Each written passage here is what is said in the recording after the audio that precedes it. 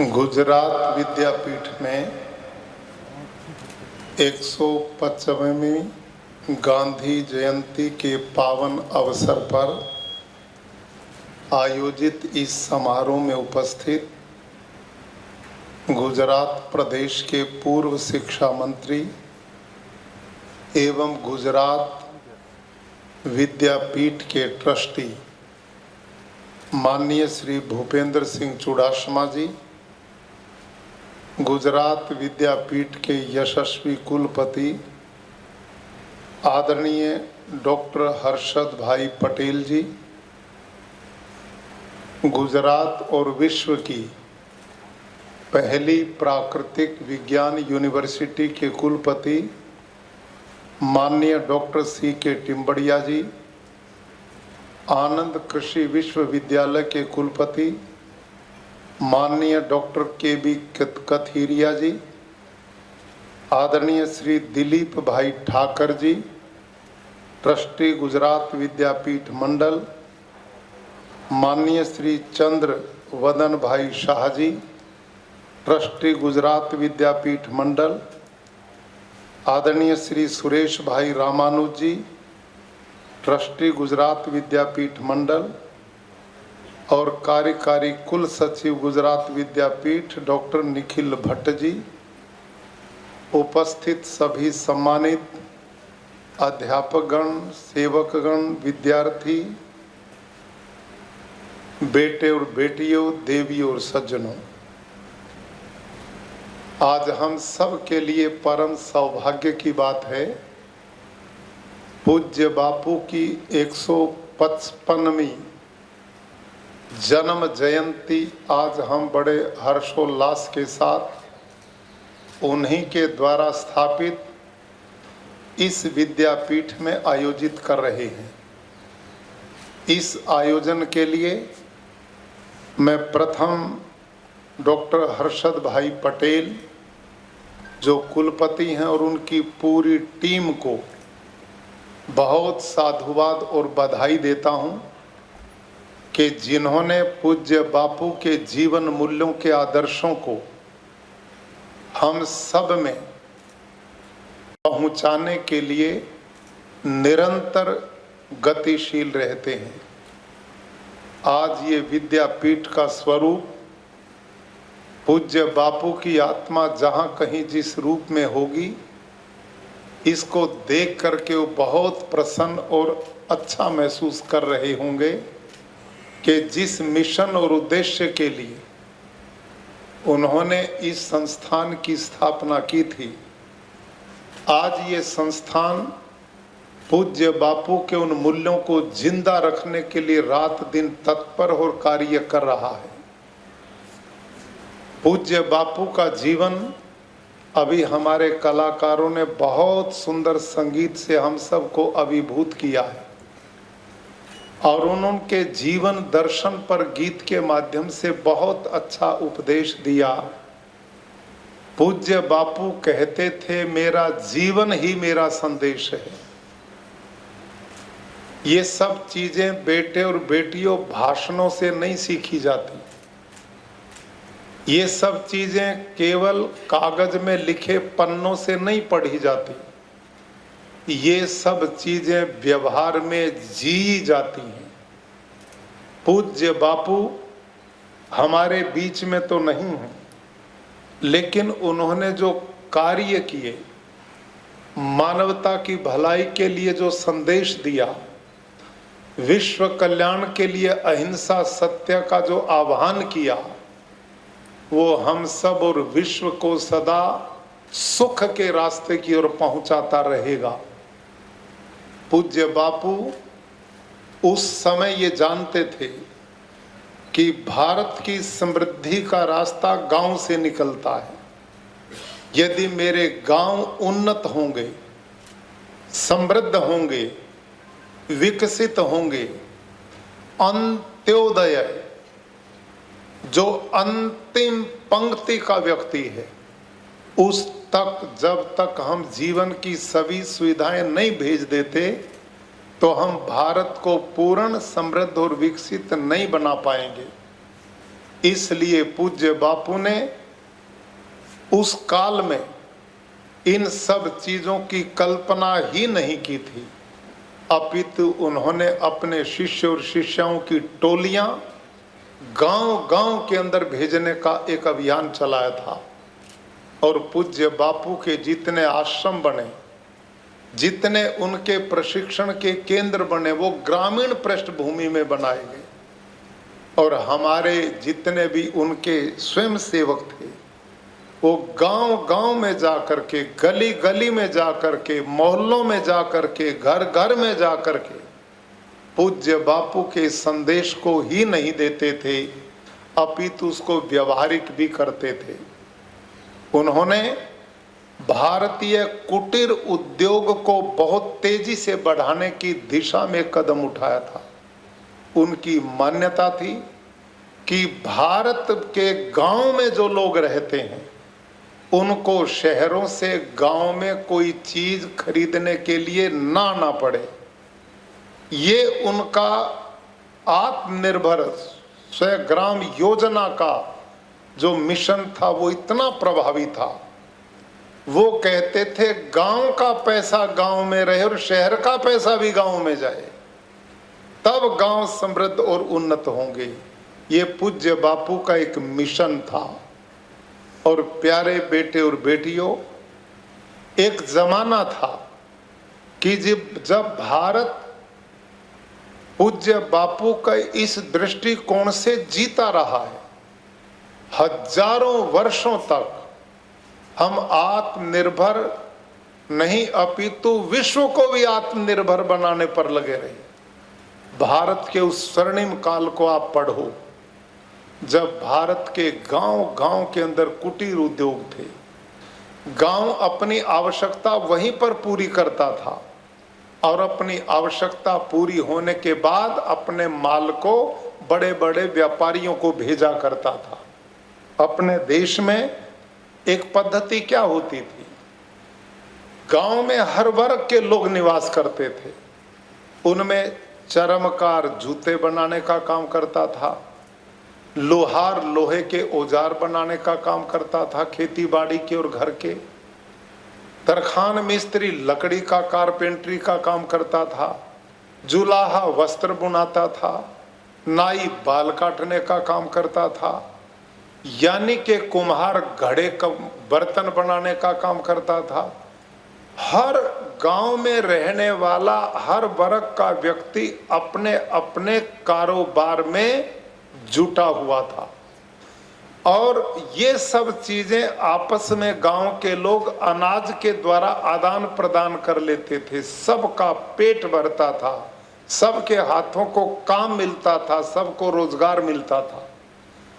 जब उनकी दैनिक उपयोग की सामग्री पूरी हो जाती थी और जो सबका सामान बचता था, वो हमारे गांव की सहकारी मंडली उसको एक जगह पर इकट्ठा करती थी और बड़े व्यापारी शहरों से आकर उस सारे सामान को खरीदते थे।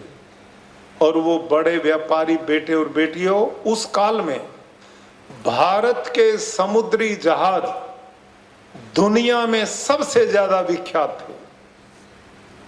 और ये सामान जो गांव में बचता था, उनकी जरूरत के बाद बड़े बड़े व्यापारी उस सामान को समुद्री जहाजों के द्वारा दुनिया के अन्य देशों में निर्यात किया करते थे। और निर्यात के बदले में कागज के नोट नहीं लेते थे जो आजकल हम लिए फिरते हैं, इसके बदले में वो सोना लेते थे, सोना। और सारी दुनिया का सोना भारत के इस कुटीर उद्योग के निर्यात के कारण भारत में इकट्ठा हो गया था। इसलिए अब आपने बोलना मेरे पीछे, पता लगेगा आप कितने समझदारी से मेरी बात सुनते हैं। भारत में सारी दुनिया का सोना इकट्ठा हो गया तो इस देश का एक नाम क्या पड़ा था? सोने की चिड़िया। आ गई समझ में बात? ये ऐसे सोने की चिड़िया भारत बना था। ये था वो कारण भारत को सोने की चिड़िया बनने का। पूज्य बापू उस टूटी व्यवस्था को जो अंग्रेज ने बर्बाद कर दी थी, मुगल काल में खत्म हो गई थी। पुनः उसी व्यवस्था को वो ग्रामीण स्तर पर लाना चाहते थे, ये उनका मिशन था। तो आज प्यारे बेटे और बेटियों, हम उनकी जन्म जयंती मना रहे हैं। आप लंबे समय से बैठे भी हैं और मैं देखता हूं सब अपने पंखे जो जिस रूप में हिला रहे हैं, लेकिन कतई चिंता नहीं करनी चाहिए। हम पूज्य बापू के शिष्य हैं। उन्होंने स्वास्थ्य के लिए एक चिकित्सा पद्धति दी थी। क्या चिकित्सा पद्धति थी उनकी? बोलो बोलो भाई। बापू की चिकित्सा पद्धति थी प्राकृतिक चिकित्सा पद्धति। और प्राकृतिक चिकित्सा पद्धति में जहां अनेक तरह से रोगों को दूर करने का तरीका अपनाया जाता, उसमें एक स्टीम बाथ भी दिया जाता है कि नहीं? आपने आज प्रशासन का धन्यवाद करना चाहिए कि स्टीम बाथ बिना तपस्या के अपने आप हो रहा है, और ये आपको खुशी मनानी चाहिए। ये शरीर के टॉक्सिन निकल रहे हैं, शरीर के विकार निकल रहे हैं, इनको निकलने दो। इसी को तो महात्मा गांधी कहते थे, द्वंद्वानाम सहनम वही तपः। तप किसे कहते हैं? द्वंद्वों को सहन करने का नाम तप है। सुख हो दुख हो, सुखे दुखे समय कृत्वा लाभा लाभो जया जयो। तपस्वी कौन है? जो सुख में, दुख में, हानि में, लाभ में, ठंड में, पसीने में बिल्कुल एक रस रहता है। आज तो आपके यहाँ का जो वातावरण बनाया है हर्षद भाई ने, वो कालांतर के बाद पूज्य बापू का जो स्वरूप कार्यक्रम का होता था, वो हूबहू ऐसा बना दिया है। यहाँ बैठने की व्यवस्था से लेकर जो भी मंचीय व्यवस्थाएं बिल्कुल पूज्य बापू जैसा किया करते थे, जैसी सादगी उनके जीवन की थी। उनका मिशन बेटे क्या था? Simple living and high thinking. आदमी का रहन सहन इतना सादगी पूर्ण हो, इतना साफ सुथरा सच्चा हो कि जिसको देखने से उसके प्रति आदर से श्रद्धा भाव पैदा हो। ये उनके रहने का तरीका था। और वो विचारों से इतने ऊंचे थे कि आज भारत नहीं, सारी दुनिया उनके विचारों के लिए तरस रही है। आज देख नहीं रहे आप, दुनिया जल रही है। सालों से यूक्रेन रूस का युद्ध बमबारी हो रही है। फिलीपींस और इजराइल और दुनिया के अन्य देश आपस के वैमनस्य, तनाव और मानव रहित सोच के परिणाम स्वरूप आज वहां खून की नदियां बह रही, छोटे छोटे मासूम बच्चे मौत के घाट उतारे जा रहे हैं। ये अहिंसा की प्रवृत्ति के अभाव का परिणाम है। जीवन की सत्यता को ओझल हमने कर दिया है और हर क्षेत्र में कर दिया है। आज प्यारे बेटे और बेटियों, आपसे मैं पूछना चाहूंगा, अब बातचीत करूंगा। मैंने बताया ना पहले कई बार, आजकल मैं प्रसिद्ध कर दिया लोगों ने प्राकृतिक खेती से, लेकिन असली काम तो मेरा पढ़ने पढ़ाने का रहा है। मैं तो शिक्षक रहा हूं। तो आप में ऐसे बेटा बेटी कितने हैं, हाथ खड़ा करेंगे, जिनके घर में खेती बाड़ी होती है, पशुपालन होता? अरे वाह, इनके लिए ताली बजाओ। ये तो सारे धरती पुत्र बेटे बेटियां बैठे मेरे सामने, सारे धरती पुत्र बेटे बेटियां, आपका अभिनंदन और स्वागत। हाँ, मैं बधाई देता हूं डॉक्टर हर्षद भाई पटेल जी को कि जिन्होंने अब की बार आपकी थीम, ये जो प्रोग्राम पद यात्रा का आपका अभियान चलने वाला है, 1800 बेटे बेटियां 1800 गांव तक जाने वाले हैं। एक संदेश लेकर के जाने वाले पूज्य बापू का। और पूज्य बापू कैसे थे? वो प्राकृतिक जीवन जीते थे और उन्होंने जीवन में कोई काम बनावटी नहीं किया। सारा जीवन उनका प्रकृति से जुड़ा हुआ था। और वो क्या बोलते थे? आपने उनके साहित्य को पढ़ा होगा।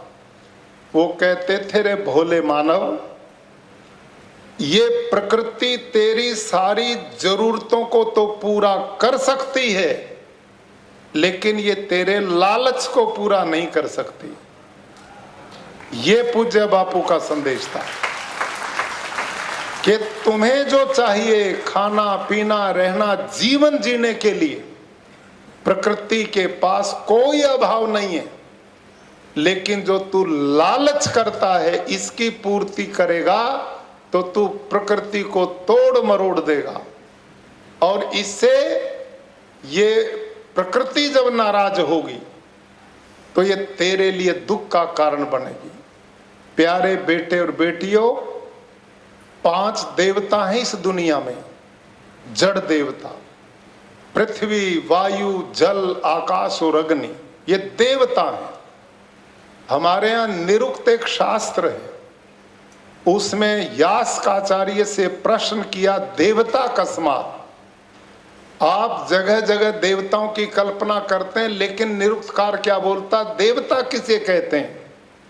तो उसका उत्तर दिया वहां पर ऋषि यास्क ने, देवोदानादवा दीपनादवा द्योतनादवा द्युस्थानो भवती तिवा। इसका मोटा अर्थ बताता हूं मैं। इसका मोटा अर्थ है, जो हमें जीवन देता है उसका नाम देवता है। इसे सरल अर्थ तो नहीं होगा ना कोई भी। जो हमें जीवन दे, जो हमें जीवन जीने का कला दे, वो देवता है। आप बोलेंगे, बताओ ये धरती माँ ना हो तो हमारे जीवन की कल्पना है? बोलो प्यारे बच्चों, बोलो भाई। यूं कमजोरी में नहीं बैठना, क्लास की तरह चलना है, ठीक है? और ये सूर्य देवता ना हो तो जीवन की कल्पना हो सकती है? और ये आकाश जिसमें सब कुछ समाया हुआ, ये ना हो तो कैसे गति होगी? और जल ही जीवन है, जल नहीं होगा तो कैसे जिंदा रहेंगे? और वायु तो इतना बड़ा देवता, 3 मिनट लगातार ना मिले तो राम नाम सत्य है, कुल ही 3 मिनट में। तो ये देवता है क्या नहीं?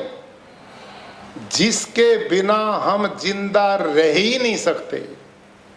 जो हम जी रहे हैं ये केवल और केवल परमात्मा के इन 5 तत्व प्रकृति के पंचमहाभूत कहते हैं, इनसे हम जी रहे हैं। लेकिन मेरे प्यारे बेटे और बेटियों, इन 5 ही देवताओं को हमने नाराज कर दिया। इन 5 देवता हमसे दुखी हैं। हमने इनको प्रदूषित कर दिया है। हवा जो हो जहरीली बना दी है। धरती माता को यूरिया, डीएपी, पेस्टिसाइड के बैग डाले जा रहे, उसको जहरीला बना दिया। जल देवता दूषित कर दिया। 20-30 साल पहले, आप तो छोटे बच्चे, आपको नहीं पता है, ये जो आगे की पंक्ति में आपके गुरुजन बैठे, इन सबको पता है। 20 साल पहले कोई ये पानी की बोतलें नहीं लिए फिरता था। जहां मर्जी वहीं पानी पी लेते थे, क्योंकि धरती का सारा पानी शुद्ध और पवित्र था। हमने वो भी दूषित कर दिया। हवा लेने लायक बची नहीं। बड़े बड़े शहरों में बच्चों के चश्मे लग गए, उनके फेफड़े फेल हो रहे, पेनक्रियाज फेल हो रही हैं। छोटे छोटे बच्चों को डायबिटीज, हार्ट अटैक, कैंसर आज इतनी तेजी से बढ़ रहा है। क्या आपने कभी इस बारे में सोचना नहीं चाहिए? जिस पूज्य बापू के इस मंदिर में हम विद्या अध्ययन करते हैं, जिनका मिशन ही मानवता का कल्याण था, जिनका मिशन ही प्रकृति को बचाना था, आज हमने सबको दूषित कर दिया है। सूर्य देवता यहाँ के तापमान के कारण ओजोन की जो परत थी उसमें हॉल हो गए और सूर्य की अल्ट्रा वायलेट किरणें डायरेक्ट धरती पर आ रही हैं और मानव शरीर पर पड़ती, जिससे अनेक चर्म रोग होंगे, दुनिया भर की बीमारियां बढ़ेंगी, कम होने वाली नहीं। जैसे हम चल रहे हैं, हमने नहीं संभाला तो मेरे प्यारे बच्चों, आने वाला भविष्य बहुत दुखदाई होगा।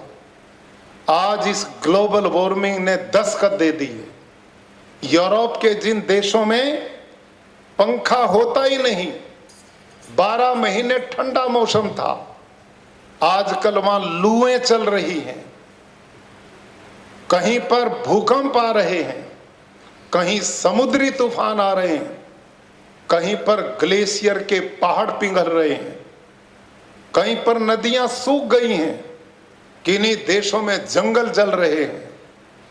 ये कहीं अतिवृष्टि है, कहीं अनावृष्टि है। इसका कारण क्या है? बिना कारण के कार्य नहीं होता दुनिया में।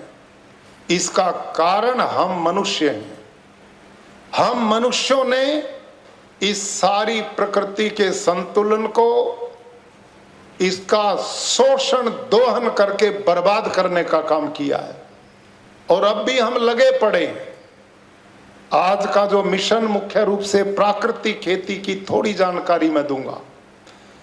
मेरे को पता लगा, डॉक्टर साहब ने, कुलपति महोदय ने, आप बच्चों के लिए आने वाले कुछ दिनों के लिए आपके बीच में प्राकृतिक खेती कैसे करनी उसके ट्रेनर बुलाए।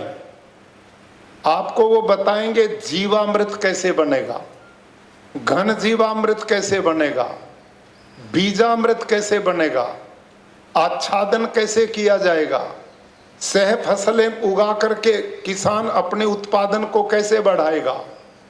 प्यारे बेटे बेटियों, जिस प्राकृतिक खेती की बात मैं कर रहा हूं, ये जैविक खेती नहीं है, ये ऑर्गेनिक फार्मिंग नहीं है।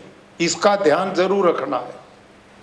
ऑर्गेनिक फार्मिंग का बहुत प्रचलन हमने किया, लेकिन पूरे देश में उसका कोई मॉडल नहीं बन पाए। 30-40 वर्षों में भारत सरकार और प्रदेश सरकारों ने बहुत धन खर्च किया, लेकिन लोगों में लोकप्रिय वो नहीं हो पाई। क्यों नहीं हो पाई? क्योंकि जैविक खेती में उत्पादन पूरा नहीं मिलता, किसान की मेहनत कम नहीं होती और उसको खेती करने में खर्चे भी कम नहीं होते।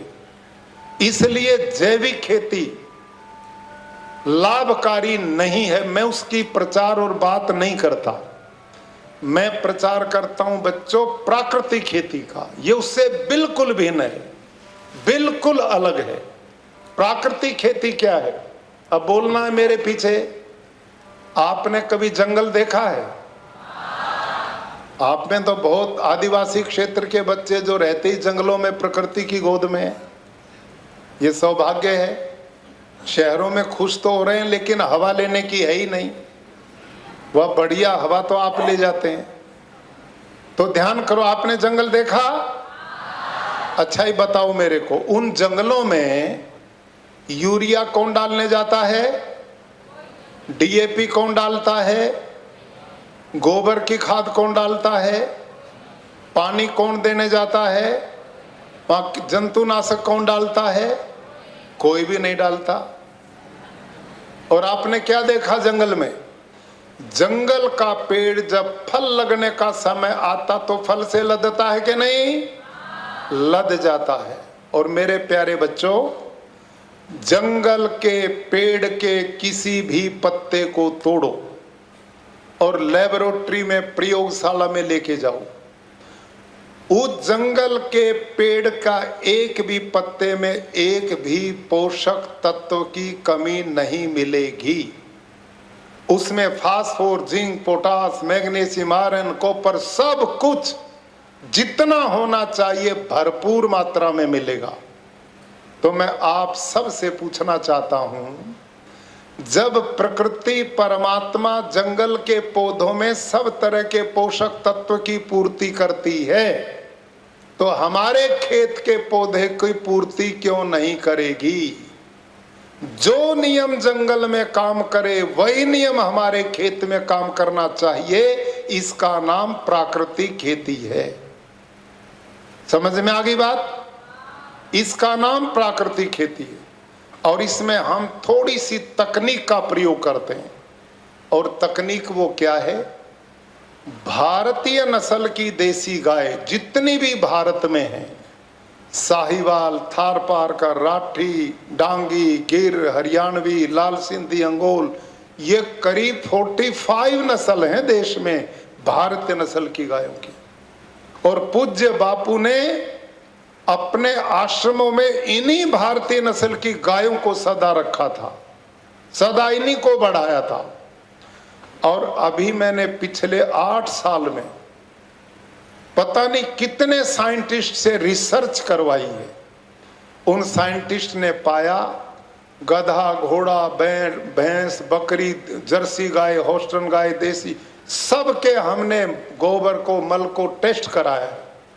सबसे उत्तम यदि कोई मिला तो भारतीय नस्ल की देसी गाय का मिला है। प्यारे बेटे बेटियों, आप किसानों के बेटे हैं। आपने घर जा करके अपने घरों में इसी प्राकृतिक खेती को करना है। आपके यहाँ डांगी गाय है, उसमें गुणवत्ता है। जितनी भी देसी गाय, भारतीय नस्ल की देसी गाय के 1 ग्राम गोबर में ध्यान करो, 1 ग्राम गोबर में 300 करोड़ से भी ज्यादा सूक्ष्म जीवाणु हैं जो धरती की गुणवत्ता को बढ़ाते हैं। और गाय का गोमूत्र जो हो खनिज का भंडार है।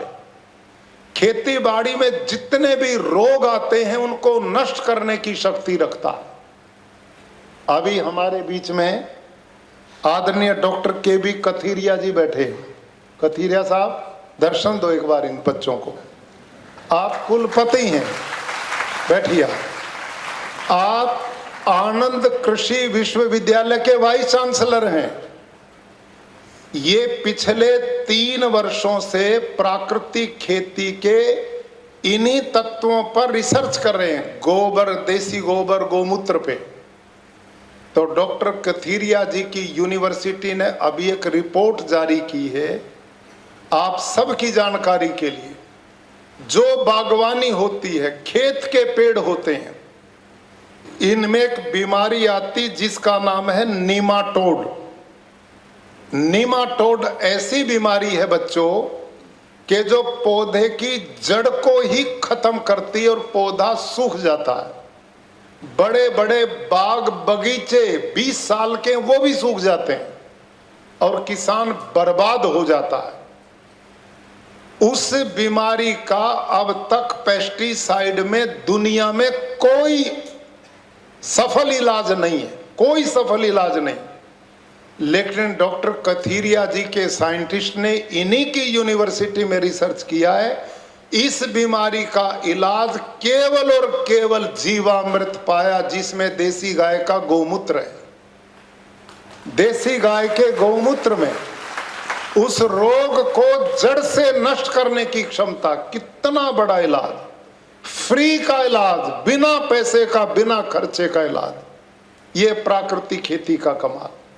तो मेरे प्यारे बच्चों, ये जो देसी गौमाता है, भारतीय नस्ल की गाय जितनी भी देश में, इनके गोबर गोमूत्र से हम बीजामृत, जीवामृत, घन जीवामृत बनाते हैं।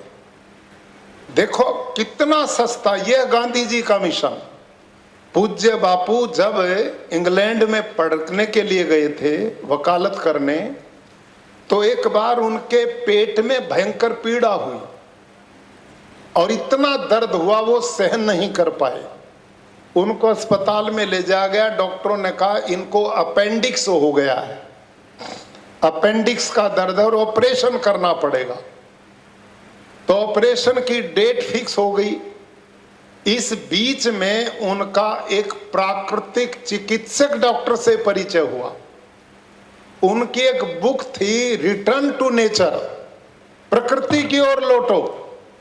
महात्मा गांधी के हाथ में वो पुस्तक लग गई। प्यारे बच्चों, उन्होंने उस पुस्तक को पढ़ा तो उनके जीवन ही बदल गया। उन्होंने उसके मिट्टी पट्टी का इलाज लिया, एनीमार वो किया, अपेंडिक्स कोई बीमारी नहीं है। वहां एक नर्वस सिस्टम है जिसमें मल जरूरत से ज्यादा जमा होकर के सड़ता है और उसमें स्वेलिंग आकर के पीड़ा होती है, तो उसको डॉक्टर काट के निकाल देते हैं। लेकिन वो भी शरीर के लिए जरूरी थी, तो परिणाम उनका ऑपरेशन तो हो गया, लेकिन उनको बहुत कॉन्स्टिपेशन, कब्ज रहने लगा। तो उसके बाद उन्होंने प्राकृतिक चिकित्सा की उस पुस्तक को पढ़ा और विचार किया, अंग्रेजों ने मेरा देश गरीब बना दिया, मुगल मेरे देश को लूट के ले गए, लोगों पे इलाज करने का पैसा नहीं है, तो ये प्राकृतिक चिकित्सा फ्री की, ये पंच तत्वों की चिकित्सा है, इसमें पैसा ही नहीं लगता। तो उन्होंने भारत में प्राकृतिक चिकित्सा का प्रचार इसलिए किया कि इसमें कोई पैसा लगने की बात नहीं है। बिल्कुल वही चीज प्राकृतिक खेती में, इसमें कोई पैसा नहीं लगेगा। बेटे बेटियों, आप अपने पूज्य माता पिता को ये ट्रेनिंग दो, यहां वो ट्रेनिंग आपको मिलने वाली है। गांव गांव में आप जाओगे, किसानों को आपने बताना है। मेरी लिखी एक पुस्तक डॉक्टर साहब ने मंगाई, वो आपको मिलेगी, उसको पढ़ना आपने है और अपने गांव के, अपने परिवारों को ये शिक्षा दो। यदि आप प्राकृतिक खेती करोगे तो आपकी धरती दोबारा उपजाऊ बन जाएगी, सोना बन जाएगी, और भूमिगत जल जो बढ़ेगा, वर्षा से बाढ़ नहीं आएगी धरती पे, सारा पानी धरती माता पी करके अपने पेट में ले जाएगी, इस पानी को, बाढ़ नहीं आएगी। ये प्राकृतिक खेती में होता है। और ये ग्लोबल वार्मिंग में जो तूफान चलते हैं, आंधी वर्षा होती, इसमें फसलें गिर जाती हैं। प्राकृतिक खेती में वो भी नहीं होता, हमारी फसलें नहीं गिरती, बड़ी मजबूत बनी रहती हैं। और जैविक खेती में उत्पादन घटता, जिसकी बात कही, प्राकृतिक खेती में 5 आयाम से खेती करोगे तो इसमें आपकी पैदावार भी नहीं घटेगी, उत्पादन भी कम नहीं होगा, और आपको जो पैदावार मिलेगी उसकी ज्यादा कीमत मिलेगी, उसकी बाजार में बहुत डिमांड हो रही है। कल ही मैं दिल्ली में पीएमओ में था, मेरा वहां प्रेजेंटेशन इसी बात पे हुआ कि प्राकृतिक खेती के मूल सिद्धांत और कैसे हम देश को आत्मनिर्भर बना सकते हैं। तो हम भारत के माननीय प्रधानमंत्री जी के आभारी हैं कि उन्होंने पूरे देश के किसानों की चिंता करते हुए, धरती माता को बचाने के लिए, पर्यावरण और पानी को बचाने के लिए अब पूरे देश में प्राकृतिक खेती को प्रारंभ करने का निर्णय लिया है। अब ये पूरे देश में ये अभियान चलने वाला है, इसके लिए अलग बजट भी प्रधानमंत्री जी ने दिया है। आज घर घर में कैंसर हो गया, डायबिटीज आ गया, अस्पताल भरे पड़े हैं, पशुओं को भी कैंसर हो गया, मां के दूध में भी यूरिया मिल रहा है, पशुओं के दूध में यूरिया मिल रहा है। धरती बंजर हो गई है, बिन उपजाऊ बन गई है, धरती के नीचे पानी रहा नहीं, धरती मां पानी वर्षा का पीती नहीं, पत्थर और कठोर हमने धरती को बना दिया। ये सब चुनौतियां, आपके पास वो है मेरा, वो जो रील दिखाते हैं, किए आपने? इसमें चलेगी वो, इसमें चलवाओ ना, बच्चों को दिखाओ। ये तो किसानों के बच्चे हैं, सारे खेडूत हैं, इनको तो आनंद आएगा उसको देखने में। आप लगाओ वीडियो, चलेगी। हाँ, किसान भाई और बहनों, आप देखो बेटे, आपकी धरती कैसे यूरिया डीएपी ने बर्बाद कर दी है। इसकी एक घटना है, ये अभी की घटना है, देखो इस गुरुकुल ज्योतिसर जिला कुरुक्षेत्र में छात्रों की संख्या बढ़ने के कारण हमने, हाँ वो देख रहे हैं बच्चे, अपने पड़ोसी ऐसे एक किसान से 5 एकड़ जमीन लीज पर ली, जिसमें छात्रों के लिए ग्राउंड बनाया जा सके।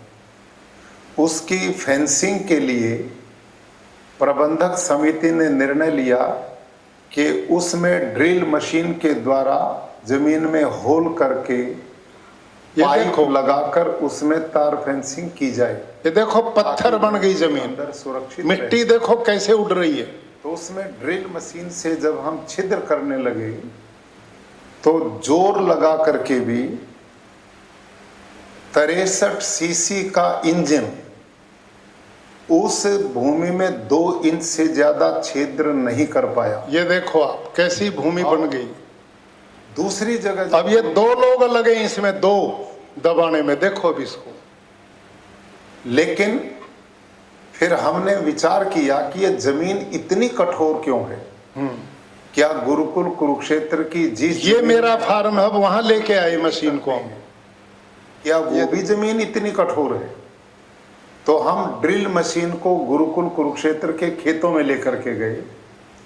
तो वहां पर जब ड्रिल की गई तो कुल 30 सेकंड में 2.5 फीट गहराई तक ड्रिल मशीन ने छिद्र बना दिया। वो आप इन चित्रों से भी देख अब ये देखो मिट्टी का रूप देखो आप इसका। किसान भाई और बहनों, ये देखो आप, सब कुछ अंतर किस बात का है? ये देखो कि हमने देखा कि जिस किसान से हमने ग्राउंड के लिए जमीन लीज पर ली है उसमें किसान पिछले 40-45 वर्षों से केवल रासायनिक खेती करता है, जिसका परिणाम यूरिया, डीएपी, जंतुनाशक, पेस्टिसाइड, इंसेक्टिसाइड ने सभी केचुए, अर्थवर्म मार दिए, हड़सिया, सूक्ष्म जीवाणु खत्म कर दिए। धरती पत्थर बन गई, बंजर बन गई। इसका परिणाम है कि इस समय भारत की धरती पानी नहीं पी रही। वर्षा जल जब बरसता है तो ऊपर वाली 6 इंच मिट्टी को बहा करके ले जाता, बाढ़ आ जाती है और भूमिगत जल को हम ट्यूबवेलों के द्वारा, पंप्स के द्वारा खींच करके निकाल रहे हैं और वर्षा जल धरती माता पी नहीं रही है। इस कारण भूमिगत जल घटता जा रहा है, जमीन बंजर होती जा रही, पत्थर होती जा रही। अब बंद करो इस गुरुकुल कुरुक्षेत्र के आपने देखा बेटे, ये वो जमीन दिखाई मैंने पहले जिसमें रासायनिक खेती यूरिया डीएपी डाल रहे हैं। वो धरती कठोर पत्थर बन गई है, वो पानी नहीं पीती, वर्षा जल बहता और सारे देश में बाढ़ आ रही, बर्बाद हो रहे हैं। नहीं तो क्या होता था, इतना हड़सिया खेत में होता था, वो करोड़ों छिद्र धरती में करता था, जितना पानी खेत में आता था धरती माँ के पेट में चला जाता था। और उसको भी मैं दिखाता हूं मेरे खेत में। अब उसको दिखाओ अगले को, अरे भाई अगला दिखाओ, धरती पानी कैसे पीती है। अब देखो धरती पानी कैसे पिएगी। और तुम बताना किसान के बच्चे हो, तुम्हारे यहाँ अलसिया है। ये देखो अब अगला। आज मैं गुरुकुल कुरुक्षेत्र के प्राकृतिक कृषि फार्म पर पहुंचा। ये हमारा फार्म है। आप सब जानते हैं कि पिछले वर्ष 11 जुलाई में उत्तर भारत में भारी बारिश हुई है और कुरुक्षेत्र में भी ये वर्षा पर्याप्त मात्रा में हुई, जिसके परिणाम स्वरूप सभी लोगों के खेत लबालब पानी से भर गए। ऐसी स्थिति में गुरुकुल कुरुक्षेत्र ये देखो लसिया, प्राकृतिक खेती के अंदर अब ध्यान से देखना, अर्थवर्म है। ये देखो वो एकदम धरती से बाहर निकला और जो रास्ते हमने चलने के लिए खेतों के बीच में बनाए हैं उनके बीच में आप देख सकते हैं कितनी बड़ी संख्या में केचुए, अलसिया रेंग रहे हैं, चल रहे हैं। और हमारे दिखाई दिया देखो 8-10 लाख तक केचुआ काम करते हैं और ये भूमि में 8-10 फुट तक यूं सीधा छेद बनाते हैं, दूसरे छेद से ऊपर आते हैं, इससे जाते हैं और इससे आते हैं। इसका परिणाम क्या है कि धरती के अंदर, ये देखो, सुनो ध्यान से इसको, जितना भी ये पानी वर्षा का है, ये देखो परपोटा, उन छिद्रों के द्वारा ये धरती माँ के पेट में जा रहा है। ये देखिए परपोटा, दूसरा आप ये पानी धरती में जा रहा है, ये दिखा, इसमें पानी में ये देखो उठ रही है।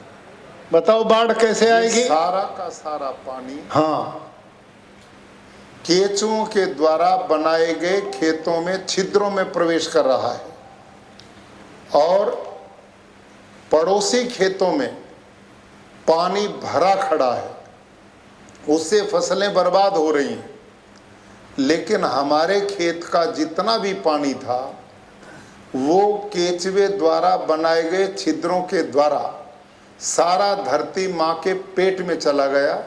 यह है नेचुरल वाटर हार्वेस्टिंग सिस्टम। बंद करो इसको। बेटे समझ में आ गई? सरकार इससे बढ़िया प्रैक्टिकल बताओ क्या होगा। आप खेडूत के बेटे बेटियां हैं। इस समय हमारी सरकारें करोड़ों अरबों रुपया वाटर हार्वेस्टिंग सिस्टम के लिए खर्च करती हैं और उनके वो हार्वेस्टिंग सिस्टम के बोर 2 साल में बंद हो जाते हैं। लेकिन ये भगवान ने जो अलसिया भेजा ना, बिना पैसे का मजदूर, ये 24 घंटे काम करता है। मनरेगा वाले तो शाम को पैसा मांग लेते हैं, लेकिन ये बेचारा कभी पैसे की डिमांड नहीं करता, रात में भी काम करता और दिन में भी। मेरे प्यारे बेटे बेटियों, ये जो अलसिया, इसको ध्यान करो, ये आपका सबसे बड़ा मित्र है किसान का। ये धरती में 8 से 10 फुट देखो, यूं जाता और यूं आता, इससे जाता इससे आता है, हर बार नया छिद्र बनाता है और नीचे की खनिज पूर्ण मिट्टी को खाता है और उसको खा के पेट से बाहर जब निकालता है तो आपके खेत की मिट्टी से इसके पेट से निकली मिट्टी में 6 गुना ज्यादा नाइट्रोजन है, 9 गुना ज्यादा फास्फोरस है, 11 गुना ज्यादा पोटास है।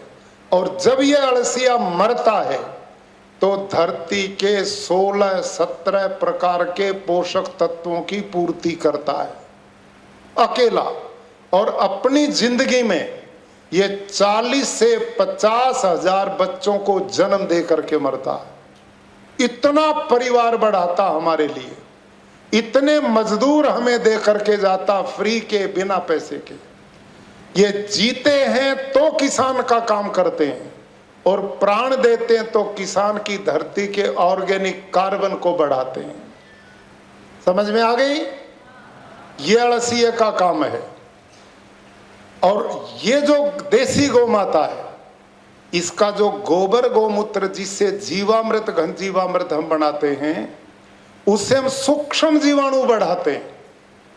वो आपको मेरी पुस्तक मिलेगी, उसमें पढ़ने को मिलेगा, देंगे ना पुस्तक, सब बच्चों को देंगे साहब, उसको पढ़ना है। आपने पढ़ोगे कि नहीं? सब माता पिता और हर गांव में ट्रेनिंग दोगे कि नहीं? ये मेरे प्यारे बच्चों, अपने परिवारों की बहुत बड़ी सेवा होगी। जिस गांव में हम पैदा हुए, जिन किसान के घर में पैदा हुए, मेरा आपका कर्तव्य बनता है कि उनकी समृद्धि, उन्नति, विकास हम करें। और ये प्राकृतिक खेती में इतने सूक्ष्म जीवाणु बढ़ेंगे जो आंख से नहीं दिखाई देते, लेकिन गौ माता के गोबर में सैकड़ों तरह के सूक्ष्म जीवाणु हैं। जब हम जीवामृत बनाएंगे, कैसे बनाओगे? आपको एक ड्रम देना होगा 200 लीटर का, उसको पानी से भर लो, लगभग 180 लीटर। जो देसी गाय है ना, ये 24 घंटा में 8-10 किलो गोबर देती है, 8-10 किलो गौमूत्र करती है। उस ड्रम में उसको डाल दो और 1.5 से 2 किलो गुड़, कैसा भी खराब पुराना कैसा भी डाल दो, और ऐसा ही 1.5 से 2 किलो किसी भी दाल का बेसन, और पेड़ के नीचे की 1 मुट्ठी मिट्टी इसमें डालनी। पेड़ के नीचे की क्यों डालनी, खेत की क्यों नहीं डालनी? क्योंकि खेत में यूरिया, डीएपी, जंतुनाशक डाल डाल करके आपने वहां सब सूक्ष्म जीवाणु मार दिए, सब अलसिया मार दिया। वो धरती बंजर है, उसमें कुछ नहीं बचा है। पेड़ के नीचे यूरिया, डीएपी नहीं पड़ा, वहां मिट्टी अभी जिंदा है, उसमें जीवाणु है, उसको डालना। अब आपने क्या क्या चीज डाली, याद है किसी को? क्या क्या डाला? 180 लीटर पानी, 8-10 किलो गोबर गौमूत्र, 24 घंटे में गाय ने जो किया, 1.5 से 2 किलो गुड़, 1.5 से 2 किलो दाल का बेसन, 1-2 मुट्ठी मिट्टी, बस। अब देखो बच्चों ध्यान से, गुड़ भी किसान बनाता और दाल का बेसन भी किसान के खेत में है, और गोबर गोमूत्र उसकी गाय देती है, पेड़ के नीचे की मिट्टी है। बाजार में तो नहीं जाना पड़ा। बाजार में हमने कोई चीज लेनी नहीं, गांव का पैसा गांव में ऐसे रहेगा। और कुछ भी नहीं चाहिए, लकड़ी का डंडा लो, 5 मिनट सवेरे 5 मिनट शाम इसको घोलना है, 4 दिन। 5वें दिन 1 एकड़ का कल्चर खाद तैयार, 1 एकड़ का। सोचो बच्चों, 1 दिन के गोबर गोमूत्र से 1 एकड़ का खाद तैयार हो गया, 1 एकड़ का। गाय दूध भले ही रोज ना दे, गोबर गोमूत्र तो डेली देगी कि नहीं? तो 1 महीने में कितने दिन होते हैं? तो गाय 30 दिन में गोबर गोमूत्र देगी, तो 1 दिन का गोबर गोमूत्र 1 एकड़ के लिए, तो 30 दिन का। एक गाय से कितने खेती? 30 एकड़ तक की खेती हो सकती है। इससे सरल कोई तरीका नहीं। जैविक खेती में टनों खाद डालना पड़ता है, प्राकृतिक खेती में इसकी जरूरत नहीं। इसमें क्रांति क्या है, इसको सुनो। आप पढ़े लिखे बच्चे हो, आपने ट्रेनिंग देनी है लोगों को। चुपचाप अपनी ध्यान से सुनो, ये आपके परिवारों का, गांव का भाग्य बदलेगी। अब आपने बोलना मेरे पीछे। आपने ड्रम में 10 किलो गोबर डाला है, और देसी गाय के 1 ग्राम गोबर में कितने सूक्ष्म जीवाणु हैं? 300 करोड़। 300 करोड़। तो 10 किलो गोबर में कितने होंगे? बोलो भाई, कमजोर विद्यार्थी हो। 30 लाख करोड़ सूक्ष्म जीवाणु होंगे। कितने होंगे? हाँ, जोर से बोलो, मैं तभी समझूंगा इंटेलिजेंट विद्यार्थी हैं। 30 लाख करोड़। समझ में आ गई? अब आगे देखो क्या होगा। इन 30 लाख करोड़ सूक्ष्म जीवाणु को आपने दाल का बेसन खिला दिया प्रोटीन के रूप में। जब उनको प्रोटीन मिलेगा तो पहलवान बनेंगे कि नहीं?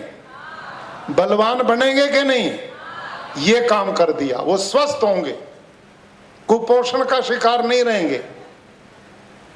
और गुड़ उसमें जो दिया वो मल्टीप्लाई करेंगे, उनकी संख्या बढ़ाने का काम करेंगे। और जो मिट्टी डाली थी ना पेड़ के नीचे की, उसमें भी सूक्ष्म जीवाणु है।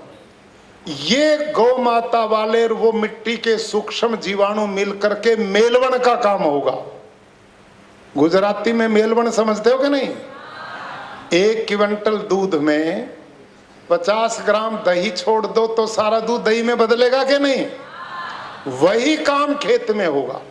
और अब सुनो प्यारे बच्चों, इस ड्रम में माइक्रोबायोलॉजी के सीनियर साइंटिस्ट हैं doctor Baljit Saran, agriculture university Hisar में। उन्होंने रिसर्च किया है। इस ड्रम में सूक्ष्म जीवाणु हर 20 मिनट में डबल होंगे। स्पीड देखो इनकी। उदाहरण के लिए, ये 30 लाख करोड़ 20 मिनट के बाद कितने हो जाएंगे? बोलो भाई, 60 लाख करोड़। वाह बिटिया। और 60 लाख करोड़ 20 मिनट के बाद कितने होंगे? 120 लाख करोड़। और ये कितने देर तक बढ़ेंगे? 72 घंटे तक, टिल 72 आवर। 72 घंटे तक ये हर 20 मिनट में डबल बनेंगे। तो इनकी कोई गिनती कर सकता है? इनकी कोई गिनती नहीं होगी, इतने सूक्ष्म जीवाणु बेटे। और ये सूक्ष्म जीवाणु एक तरह के नहीं है, इसका विज्ञान नहीं समझ रहे लोग। ये सूक्ष्म जीवाणु सैकड़ों प्रकार के हैं। और हमारे साइंटिस्ट क्या बहकाते हैं, तुम्हें ध्यान करो क्या कहेंगे। खेत में नाइट्रोजन चाहिए, कहां से आएगा? Phosphorus, zinc, potash, magnesium, iron, copper, ये कहां से आएगा? ये प्रश्न करते हैं। और यही किसान लुटता है। इन सब को जो खेत में पैदा होता है, जेब में पैसे डालता, कभी फास्फोरस खरीद रहा है, कभी जिंक खरीद रहा है, कभी पोटास खरीदने जाता है, कभी नाइट्रोजन खरीदने जाता है।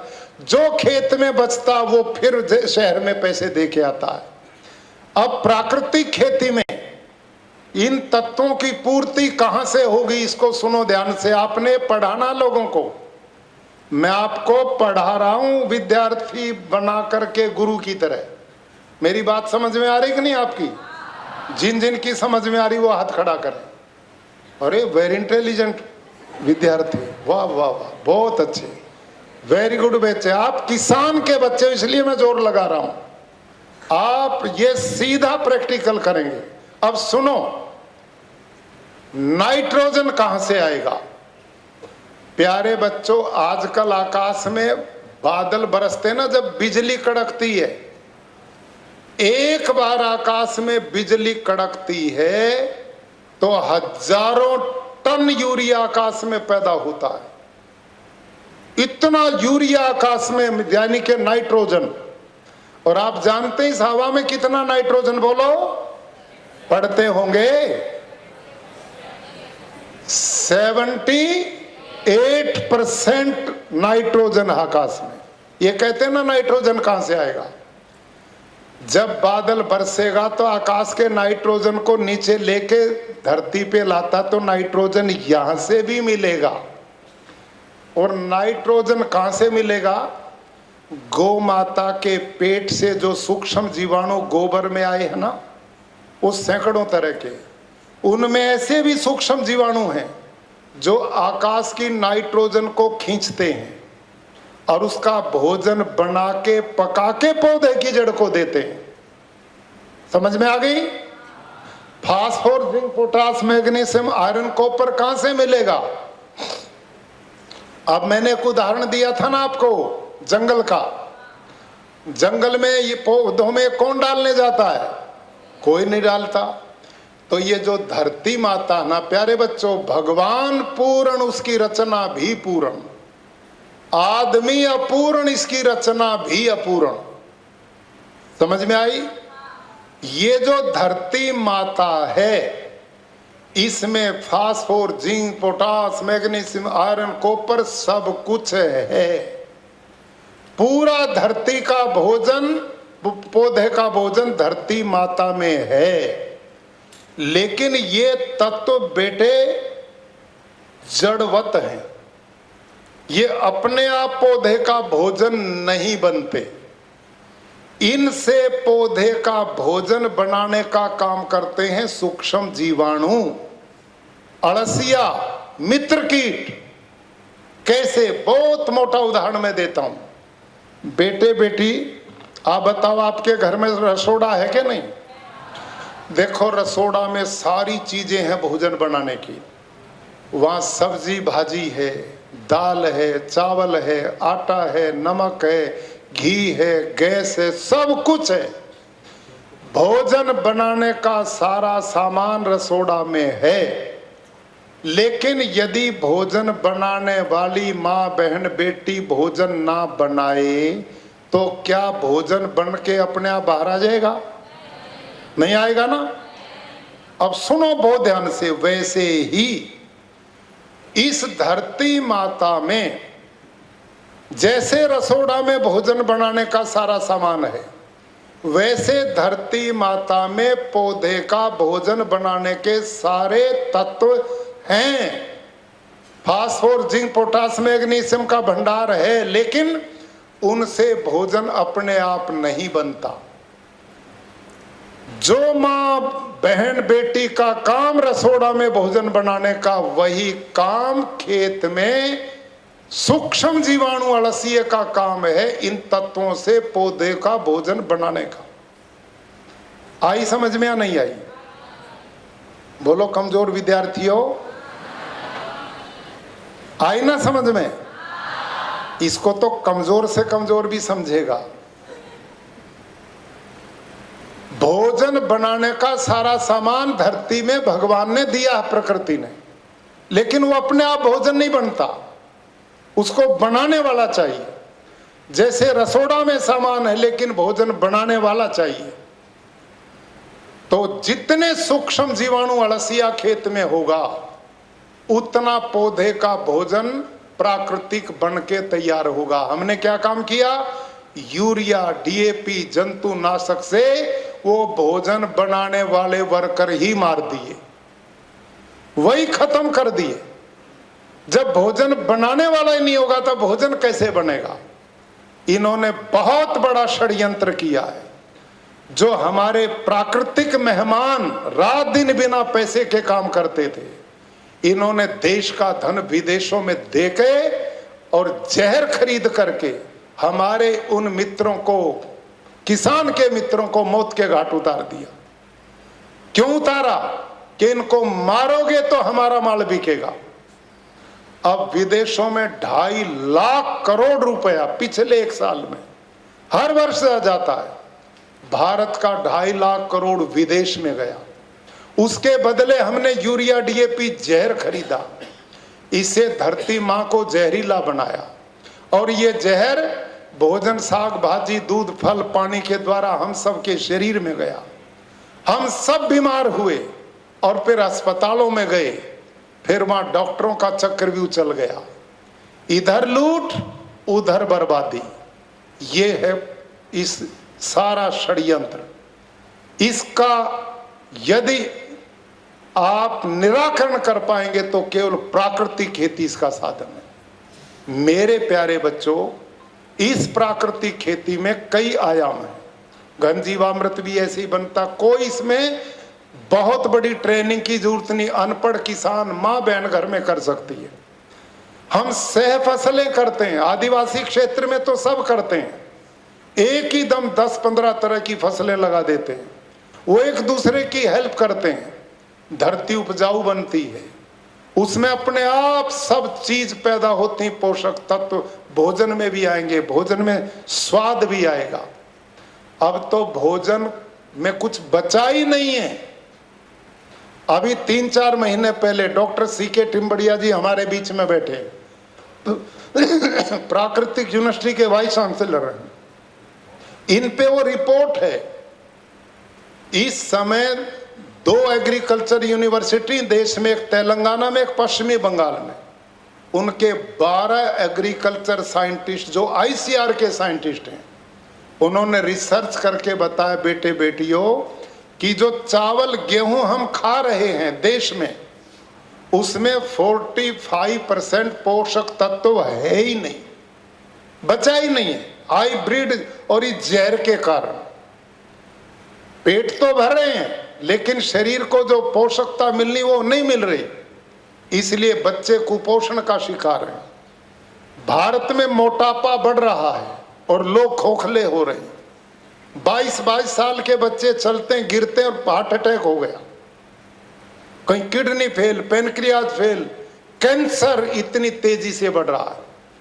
इन सब का कारण ये जहर जो आहार के द्वारा जा रहा, इसका एक ही तरीका है, प्राकृतिक खेती। आप इन दिनों कुलपति महोदय आपको ट्रेनिंग दिलवाएंगे, प्रैक्टिकल ये ट्रेनिंग लो। और गुजरात सरकार बहुत बड़ा काम इस दिशा में कर रही है। गुजरात सरकार ने जो किसान कम से कम 1 एकड़ में प्राकृतिक खेती करेगा और देसी गाय वो घर में पालता है, तो उस गाय के रख रखाव के लिए 900 रुपया महीना हमारी सरकार दे रही है उसको, गाय के लिए। नंबर 2, अब एक सेक्स सॉर्टेड सीमन सरकार ने दिया है, जिसकी कीमत विदेश में 2000 रुपये एक सीमन की थी। अब हमारी गायों को यदि उसको गर्भित करेंगे तो बछड़ी ही पैदा होगी, बछड़े नहीं आएंगे, और वो हाइल्डर के बछड़े आएंगे। बहुत तेजी से गौमाता बढ़ेगी और दूध जो गाय आपकी 5-4 किलो देती है, उस सीमन का प्रयोग करने से कुल 50 रुपए में सरकार ने दिया। वो 2000 का सीमन 50 रुपए में गुजरात सरकार दे रही है। आप अपने घरों में माता पिता को कहो, वो प्रयोग करेंगे तो आपकी जो आगे बच्चे आएंगे गाय के, वो बछड़ियां आएंगी, और जो गाय आपकी 4 लीटर दूध देती, वो बछड़ी एक अगले बार में 8 किलो दूध की आएगी, और 8 किलो वाली को करेंगे तो 12 किलो की आएगी, 12 वाली पे करेंगे तो 18-20 किलो की आएगी। मेरे पास, आपको जान करके आश्चर्य होगा, मैंने पशु की ब्रीड बनाने का बहुत नॉलेज है और मैंने अपने घर पे बनाई है, अपने गुरुकुल में। डॉक्टर हर्षद भाई और ठाकर साहब दे के आए हैं। इस समय बेटियों, मेरी जो गाय है 350 गाय है मेरे पास, और 350 गाय में जब मैं हॉस्टन फ्रीजन जर्सी गाय पालता था, मेरे को देसी गाय के गुणों का नहीं पता था। यह पता लगा है प्राकृतिक खेती के बाद, तब मैंने पालनी शुरू की। मैंने 10-10 किलो दूध की गाय थी 3, और उनसे ब्रीड बनाते बनाते बनाते 1982 से अब मेरी गाय एक दिन में कितना दूध देती बोलो? 56 लीटर पर डे। सोच सकते हो, 56 लीटर दूध एक गाय देती है। और मेरे पास कम से कम 30-40 गाय हैं जो गुजराती भाषा में 2 मन दूध प्रतिदिन देती हैं। 2 मन, 40 लीटर पर डे। एक भी सिंगल गाय मेरी 25 लीटर से नीचे दूध नहीं देती क्रॉस ब्रीड में। अब बताओ, इतना दूध देगी, वो बिकेगा, आपकी कितनी आमदनी बढ़ेगी? अब मैंने देसी गायों पे काम शुरू किया पिछले 7 साल में। और देसी गाय कौन सी? साहिवाल, थारपारकर, राठी, गिर, हरियाणवी, लाल सिंधी, ये भारतीय ब्रीड है। आपकी डांगी, ये सब ब्रीड है। अब इन पे मैंने काम किया तो मैं 8-8 किलो दूध की गाय मिली मेरे को, इससे ऊपर की नहीं मिली कहीं खोजने से भी। उन पे मैंने यही सेक्सोटेड सीमन का प्रयोग किया और उनसे ब्रीड बनाई। अब मेरी इंडियन ब्रीड भारतीय नस्लें भी 12 लीटर से नीचे एक भी नहीं है, और 22 लीटर तक की मेरे पास गाय हो चुकी है। 22 लीटर प्रतिदिन देसी गाय, और मेरा लक्ष्य है 25 लीटर पे ले जाना पर डे देसी गाय। देसी गाय का दूध जर्सी गाय के दूध से कई गुना ज्यादा गुणवत्तापूर्ण है। इसी को मैं बढ़ा रहा हूं। वो 150 गाय मैंने कर ली। और आपके घरों में ऐसी देसी गाय बढ़े तो कौन उनको मारेगा? बछड़ियां ही आएंगी तो सड़कों पे बछड़े एक्सीडेंट क्यों कराएंगे? क्या जरूरत है इनकी? आप पढ़े लिखे बच्चे, आप खेडूत के बच्चे, बेटे बेटियां हैं, आप समझदार बनो, विवेकशील बनो। इस आज टेक्निक को समझो और जानो। आप अपने घरों में देसी गाय का पालन करवाओ। आज उसका दूध की कीमत ज्यादा मिलती है, अमूल ज्यादा कीमत में लेता है, वो भी आपकी इनकम का साधन बनेगी। और प्राकृतिक कृषि गौमूत्र गोबर से करोगे, आपकी धरती उपजाऊ बनेगी, पर्यावरण बचेगा, पानी बचेगा, आप सबका और देश का स्वास्थ्य बचेगा, देश का धन बचेगा, धरती माता बंजर होने से बचेगी, पानी बचेगा, काम एक लाभ अनेक। इस मिशन को लेकर अब आपने अगले दिनों जो यात्रा निकालनी है, वो यात्रा एक क्रांतिकारी यात्रा हो। आप इस मिशन को समझ करके जाओ। आज देश का किसान तबाह हो रहा है, वो कुछ नहीं बच रहा। जो कमाता वो सारा दवाई, यूरिया, डीएपी वालों को दे देता है। हमारी खेती में खर्चा बिल्कुल नहीं है। गांव का पैसा गांव में, शहर का भी पैसा गांव में आए, ये पूज्य बापू का मिशन था। तो पूज्य बापू के इस प्राकृतिक खेती मिशन को आपने गांव गांव में फैलाना है, अपने घरों में करना है। एकदम सारे खेतों में मत करो। आप कम से कम इतना शुरू करो जो आप घर के लिए प्रयोग करते हैं। आप तो कैंसर से बचोगे, आप तो बीमारियों से परिवार को बचाओगे, डॉक्टरों पे पैसा नहीं जाएगा, वो भी तो इनकम है। तो आप ये काम करोगे या नहीं? हाँ नहीं, हाथ खड़ा करके बताओ कौन कौन करेगा। वाह भाई वाह, ये तो बहुत अच्छे बच्चे हैं। अब अपने लिए ताली बजाओ। अब ईमानदारी से ये मैं आपकी गुरु दक्षिणा मान लूं? पक्का करोगे ना? पूज्य बापू सत्य के भी पुजारी थे, झूठ नहीं बोलना है। करेंगे? बहुत अच्छा। मैं पुनः भाई भूपेंद्र जी ना अपना हर्षद पटेल जी, उनकी पूरी टीम जो इस मिशन पर पूज्य बापू के मिशन को आप से जोड़ रही है, और ये राष्ट्र कल्याण के लिए आप निकलेंगे। आपकी यात्रा सुखद हो, लोगों का कल्याण करने वाली हो, खेडूत का बहुत बड़ा उपकार हो। इस शुभ कामनाओं के साथ आप सबको बहुत बहुत आपके आयोजन की बधाई, और पूज्य बापू की आत्मा जहां है उनकी स्मृति को सादर प्रणाम। धन्यवाद।